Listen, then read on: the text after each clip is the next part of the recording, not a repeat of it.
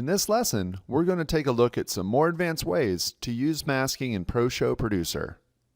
In this first example, we can see that the subject in the photo has a spotlight on her. As the slide begins, the light opens up to reveal the entire image. Let's walk through making this effect. First, double-click on the slide to open up the slide options. What we need to create this effect is a mask that allows us to blend images together, so we'll be using a grayscale mask. In the Layers list toolbar, click the plus icon to add a new layer. And let's choose Add Solid Color.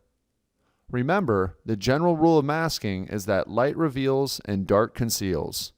For this effect, I'll need a color that clearly shows me light and dark areas, so I'm going to use white. Next, I'm going to make a few changes to this solid color layer. First, in the preview, I'm going to click the layer and use my mouse wheel to resize it. Let's also rotate the layer and reposition it so that it covers our model's face. Since her head is tilted, my goal is to move this layer and try to match that angle. When the mask is all set, this should help it blend much better with the light in the picture. Now that I have it lined up, let's go ahead and turn on the mask option and select Grayscale. When I click on the photo under the mask, you can see how the mask reveals just her face. You can also see that this big rectangle is not a very attractive addition to the slide. So let's adjust the shape of this mask. Click the Adjustments tab right above the preview. With the mask layer selected, in the Editing Tools area, choose the Vignette option. For the vignette type, let's change the shape to ellipse. Let's also change the size to about 80%. When I click on the underlying layer again, I can see that my mask is not only more round, but it also gradually blends the image, creating this spotlight effect. To polish it up, let's go back to the Layer Settings tab, select the mask layer, and adjust the size and position until it looks just right. To recreate what we saw in the original sample, let's add a little bit of motion. Click on the Effects tab above the preview. With the mask layer selected, click on Keyframe 2, then simply move the zoom slider all the way to the right.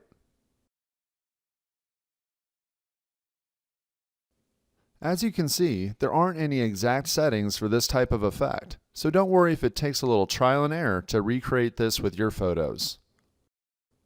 Let's take a look at another example. In this slide, I'm using an effect from Style Pack 5 called Paired Lineup 3. The creative use of masking in the background really helps the photos in the foreground stand out. Let's take another look at this effect, only this time we'll focus on the background. When we open up the slide options, we can see in the Layers list that this effect uses masks to cover two different images that have been adjusted with some blur.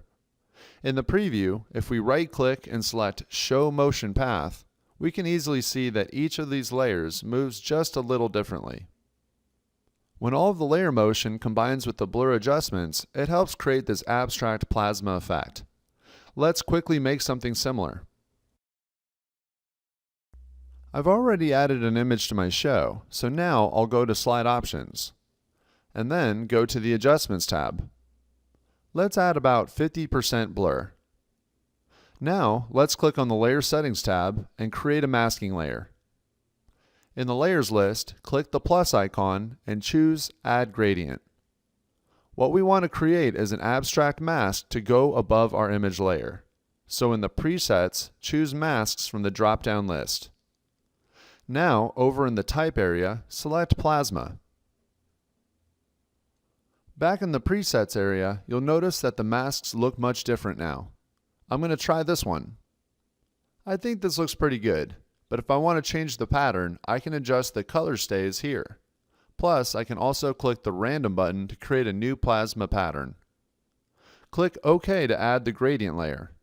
Then enable it as a mask, and then choose either one of the grayscale options. Next, let's go to the Effects tab and add some motion. Let's start with Layer 2. For the first keyframe, let's have the layer start all the way at the bottom and off the screen. If you need help seeing where the layer is located, use the Canvas Size Adjuster at the bottom of the Slide Options window. Now, click Keyframe 2 and set the layer so that it goes all the way up and off the screen at the top.